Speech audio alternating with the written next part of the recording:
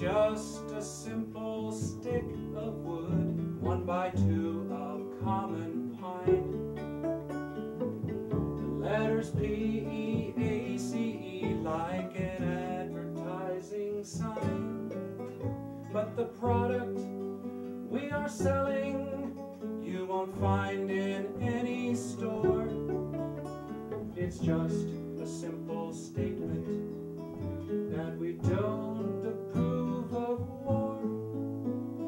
Plant a peace pole, plant a peace pole, plant it proudly today.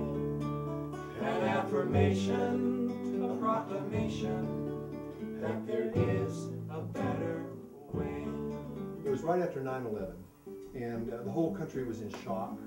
And you know, Don and I have been alive long enough to realize that somebody was going to pay for that act. The United States was going to be vengeful, and some country was going to get attacked for that. It just seemed obvious. And you put that together with we'd also lived through the invasion of Iraq 10 years before that, and we saw this strange transformation in our society where everybody got behind the war, got all patriotic, and everybody that was against it, we felt almost frightened to express our opinion. We were trying to, how can we give everybody this kind of quiet voice to say, a safe way to say, I don't support this reaction.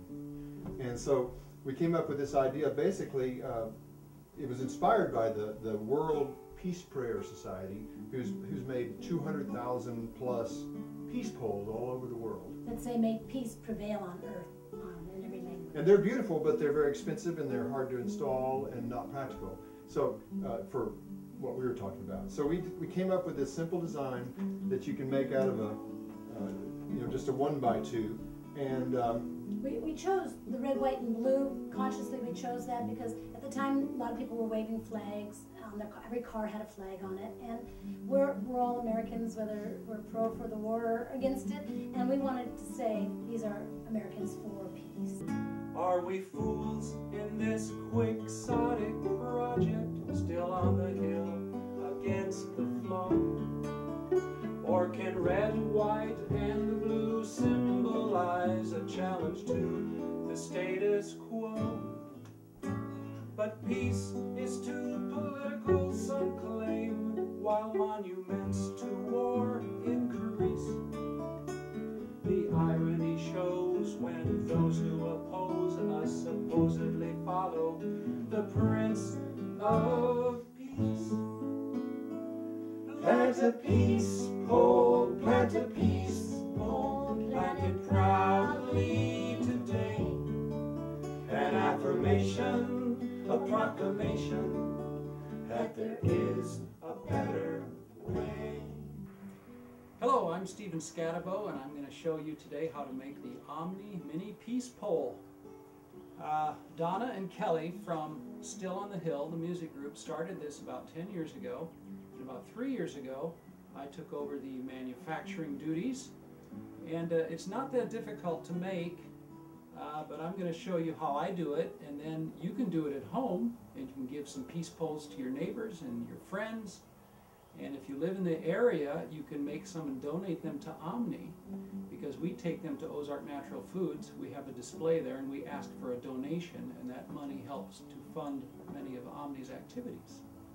Okay, I buy furring strips at any local home improvement center. They come in bundles of 6. They're 8 feet long. So I cut them at 32 inches, so I get 3 peace poles from every stick.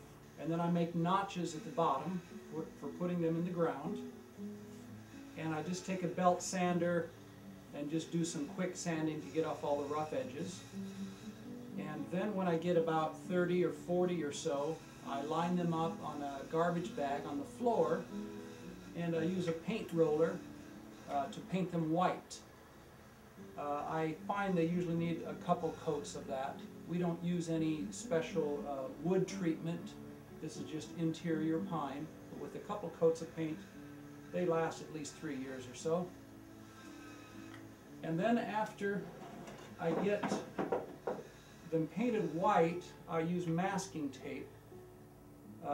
so that we have clean lines, because there's going to be a red band at the top and then a blue band here in the middle. And we made a couple hundred of them for the In the first. beginning, yeah. And our son helped, and all his friends helped. Rainey Ruiz and Christopher Mickelson and Roy Pilgrim. And so we started cranking them out, and we took them to our local co-op, which Oh, yeah. natural food store, and we decided to give them away for free, and they disappeared in about 3 hours. And everybody was just wild over them. So we cranked out a couple We hundred. got our sweatshop going. We got all the kids. I don't know if you can see that on the camera. We made that's our little brochure. So we made a couple hundred more, and those disappeared, and we just kept going. Finally, we had a little celebration for the 1,000th peace pole. Yep. There's an article here where the mayor came out and celebrated with us the 1,000th peace pole. And but then it kept going, and we kept making them. We'd have peace pole painting parties, and we know that we passed the 2,000 mark at some point. Yeah, well beyond probably. But I think it really did make a difference in the town. It gave people, like we had hoped, it gave people a chance to say, I'm not on the side of military solutions.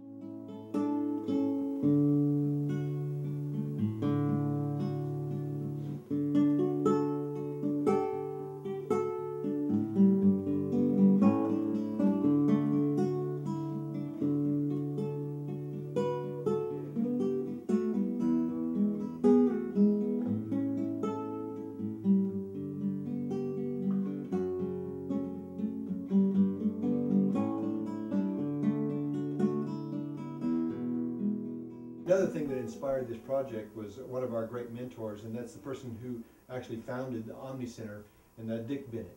And one of Dick's main issues, and is now one of my issues, is that our culture is inundated by symbols of war. Everywhere you look, there's monuments from the Civil War, from the Revolutionary War. There's cannons everywhere. There's airplanes and tanks on the side of the road at parks. What about monuments of peace? How many can you think of a monument of peace in your town? And that's sorely missing in our culture. And I think we much benefit from more monuments of peace. So that's kind of also it was a seed that planted this idea how important this is a tiny monument. Wherever you live, it would be nice if you could make some of these peace poles and share them with your friends and neighbors. Get your community involved. These look good in any community, and it's part of our dream to have these spread all around the world.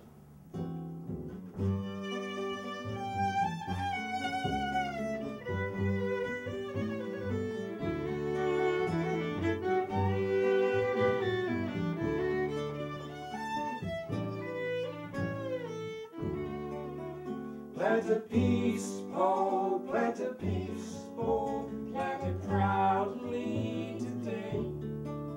An affirmation, a proclamation that there is